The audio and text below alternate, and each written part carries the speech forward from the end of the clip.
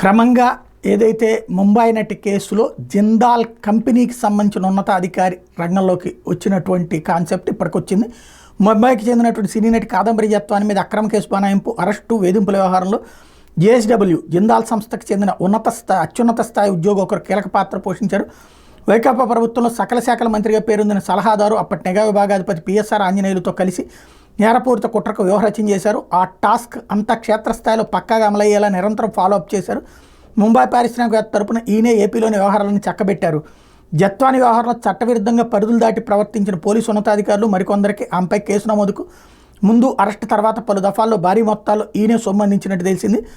పోలీసులు ప్రాథమిక వివరాలన్నీ సేకరించారు. జత్వాని జైల్లో ఉన్న సమయంలో ఆమె ఐఫోన్ యాక్సెస్ పొందిన పోలీసు అధికారులు అందులోని కాంట్రాక్ట్ నెంబర్లు ఇతరత్రా సమాచారం అంతా తీసుకున్నారు. ఆమె సన్నిహితుల వివరాలు తెలుసుకున్నటువంటి నేపథ్యంలో ఆ సమాచారం అంతా జేఎస్డబ్ల్యూకి చెందిన అత్యున్నత స్థాయి ఉద్యోగికి పంపించారు. ఆయన ఆ కాంట్రాక్ట్ నెంబర్లోని వ్యక్తుల్ని సంప్రదించి జత్వానితో వాళ్ళకున్న సంబంధాల మీద ఆరా తీశారు. ఆమె మీద కేసులు పెట్టాలంటూ వాళ్ళని బెదిరించారు. ప్రధానంగా ఢిల్లీలో ఉండే జత్వాని స్నేహితులకు ఫోన్లు చేసి ఆమె మీద అక్రమ కేసులు పెట్టాలంటూ ఒత్తిడి తీసుకొస్తే అందుకు వాళ్ళు నిరాకరించారు. ఆ తర్వాత వాళ్ళంతా జత్వానిని సంప్రదించి ఫలానా వ్యక్తి మాకు ఫోన్ చేసి నీపై కేసులు పెట్టాలని ఒత్తిడి చేశారు. పెట్టబోమంటే ఉల్టా మమ్మల్ని కేసుల్లో ఇరికిస్తామంటున్నారని చెప్పారు.